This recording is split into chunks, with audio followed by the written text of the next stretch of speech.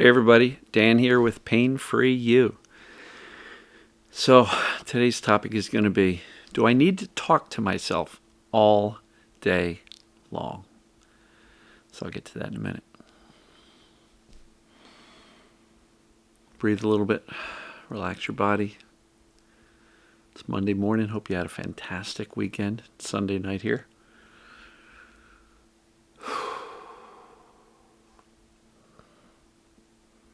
Had a nice time. Went to a party last night, Saturday night. A fire pit. It was cold, but we had a fire and people playing guitars and music, and I played a little percussion, so it was a good time. Hope you're all doing fantastic. So, do I need to talk to myself all day long? I'll take these off. The simple answer is no. All right.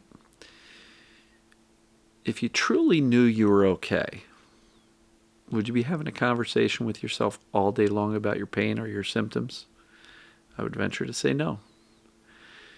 That's why it becomes more and more clear to me that the biggest thing to understand is what causes symptoms, and does that apply to you?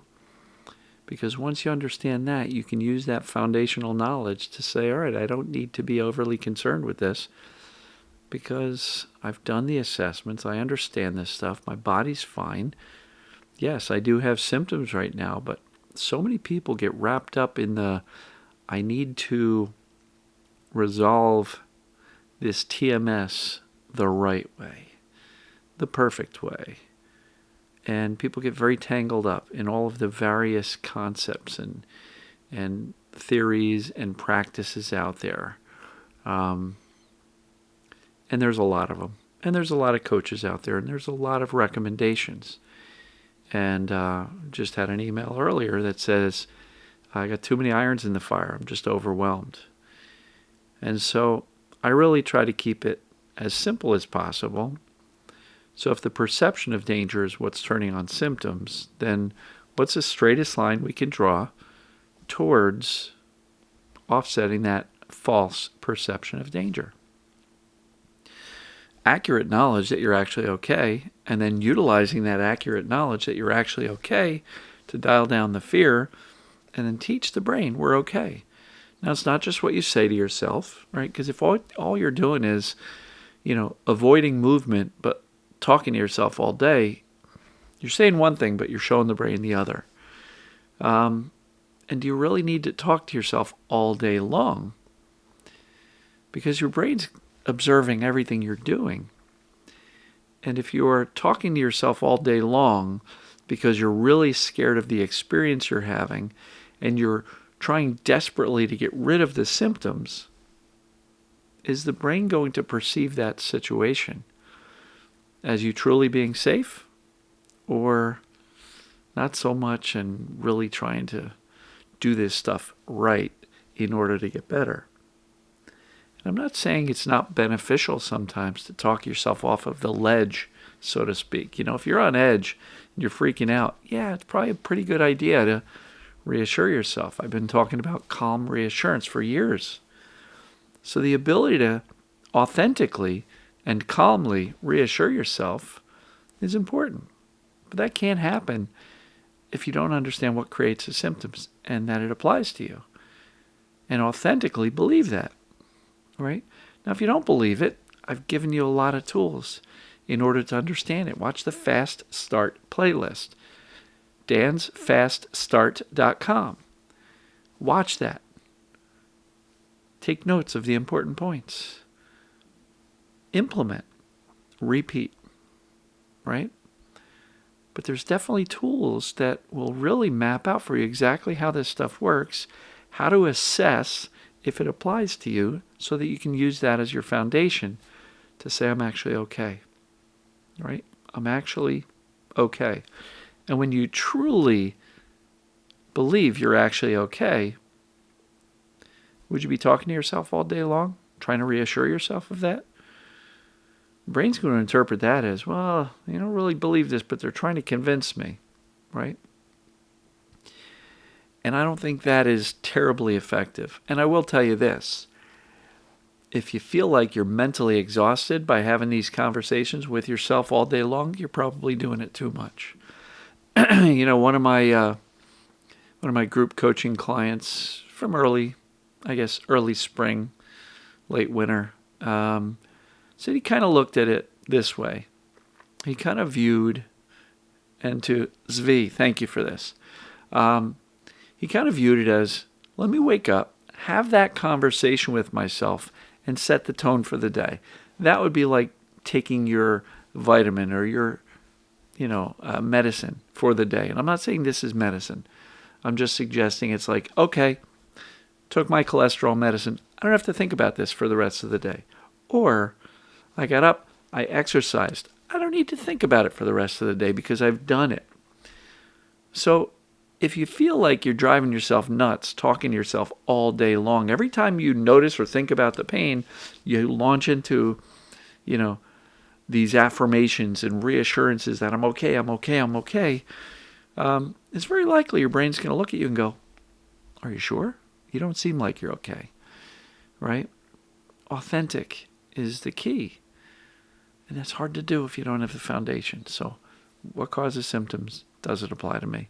If you don't have that, reassuring yourself is going to come across as not too believable, is it? So get up. Remind yourself, I'm good. I'm going to have a good day. Whether symptoms are there or not, I'm going to have a good day. Why? Because I know I'm okay. I actually know, and I believe that to be true. If you're truly unconcerned, then remind yourself in the morning, set yourself up for a good day, and a little bit later, if you happen to notice symptoms, or, the symptoms start to edge up a little bit, I know what that is, not concerning, go about your day. See how that can take, a second or two?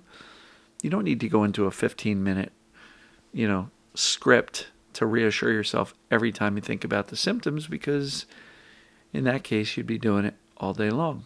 And I don't think that's productive. I think there's a balance. I think if you're freaking out, yes, absolutely. Pull yourself off the ledge. Come on back inside. Let's sit down on the couch. We're actually okay. Let's look around. There's no real danger happening. Yes, it's scary. Yes, it's disturbing. Yes, the symptoms suck. Not saying any of this is fun. Not saying any of this is easy either. I'm just trying to see if we can find that balance point between reassurance and overdoing it, right? So I don't think we need to talk to ourselves all day long, especially if you're not really concerned about the symptoms because you know the foundation, what causes them, and that's absolutely what's going on with you. The more you have that deep knowing, not the intellectual, I get what TMS is, but the deep knowing that this is what's happening for me, I think the less reassurance you've got to do. If there's still doubt, see if you can get off the fence, make a decision that I'm committing to this. This is what's going on. I'm unafraid, no matter what the symptoms are doing, because even if symptoms go up, that's not proof that it's physical. That's proof that your brain's perceiving danger. And if you meet increasing symptoms with more fear and freak out, it's going to take longer for them to settle back down. Experiment with this stuff. Play around with it. Even if symptoms are going up, see how calm you can be. See how unconcerned you can be. Be as authentic as you can be. Because you've got the foundation, right? Calm is the way, folks. It really is. And if you're walking around all day long going, I'm safe, I'm safe, I'm safe, I'm safe, what are you conveying to the brain? They're saying the right thing, but they don't look like they're feeling very safe. So I did get this question a couple of times today in some various comments. So I hope this helps. Hope it brings a little bit of clarity. And a good question to ask yourself is my response to the symptoms bringing me more peace and calm and safety? Or is my response to the symptoms or pains kind of seeming a little bit frantic in an attempt to get rid of the symptoms. Right? Frantic, panic, fear, freak out. Those things generally are not too conducive to recovery. Calm, reassurance, unconcerned, clarity, certainty that I'm okay and I will be okay, regardless of what's going on. Your ability to remain calm in the face of, symptoms. Do those things make you feel safer? Certainly freaking out doesn't. So I'm going to wrap it up here. Hope everybody's doing fantastic. Hope you had a great weekend. And as always, I'll see you tomorrow. I got a couple more success stories that need to be edited and posted, so keep your eyes out. I got at least 2 more that will be posted in the next week or so. One more I'm recording on Friday, and several others that are scheduled through the rest of the year. So if you like those success stories, we're going to keep them coming. If you want to see the archive of success stories, go to painfreeyousuccess.com. And there you'll see all of them. I got like 53 right now. And that number is increasing every week, it seems. If you'd like to record a success, go to talkwithdan.com and get on my schedule.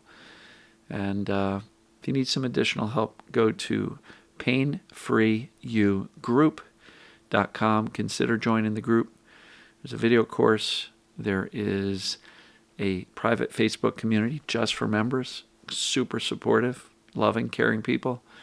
There are 4 sessions a week where I get on and answer questions directly, and people share their success and progress. And the replays are also made available for members. You can cancel anytime. You can join anytime.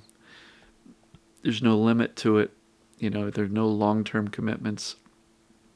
It's $100 recurring each month, 30 days from the date you joined, but you can cancel at any time, and you won't be declined access to the program until that 30 days is up for your payment. It's not a hard sales pitch. If you want some extra help, great. If not, watch the daily videos as you're doing here. dansfaststart.com will map out all the fundamentals for you. And no matter what, I just want you better. Whether you pay me or not, I just want you better. So take advantage of the free resources. If you want some extra help, painfreeyougroup.com. But no matter what, you can do this. I wouldn't show up every day if I didn't think you could.